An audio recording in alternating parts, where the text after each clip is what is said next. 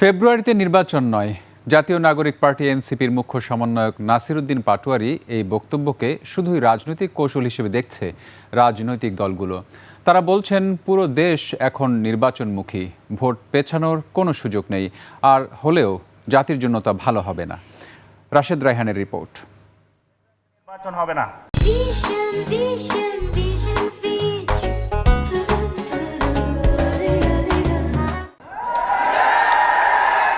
ফেব্রুয়ারিতে নির্বাচন হবে না, মঙ্গলবার এই বক্তব্য দিয়ে নতুন বিতর্কে এনসিপি নেতা নাসির উদ্দিন পাটোয়ারি।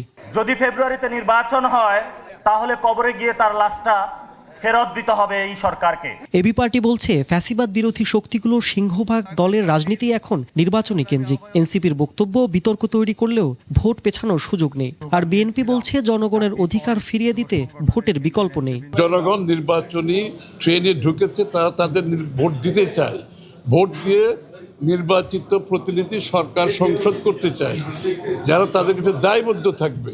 এখন পর্যন্ত গত 17 বছরে কেউ দায়বদ্ধ না জনগণের কাছে। প্রধান উপদেষ্টা নির্বাচনের ব্যাপারে যেই তারিখটা ঘোষণা করেছেন, এইটা নিয়ে এখন দ্বিমত করলে যেটা হবে, দেশের ভিতরে অস্থিরতা তৈরি হবে এবং এই অস্থিরতার চিহ্নগুলো কিন্তু আমরা বিভিন্ন জায়গায় দেখতে পাচ্ছি।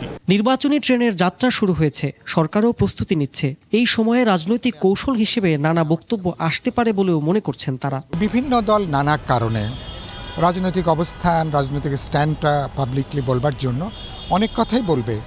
এগুলো সবগুলোকে এত গুরুত্ব সহকারে আমলে নেবার তেমন কিছু নাই। বাংলাদেশের ক্রিয়াশীল বা অভ্যুত্থান পরবর্তী যারা রাজনীতির মধ্যে সক্রিয় আছেন, সবাই নির্বাচনে যথেষ্ট মনে করি আনন্দ চিত্তে বা একটা ব্যাপক উৎসাহ নিয়ে সবাই নির্বাচনে অংশগ্রহণ করবেন।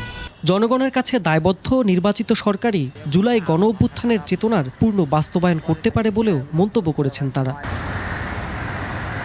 রাশেদ রায়হান, 21 টেলিভিশন, ঢাকা।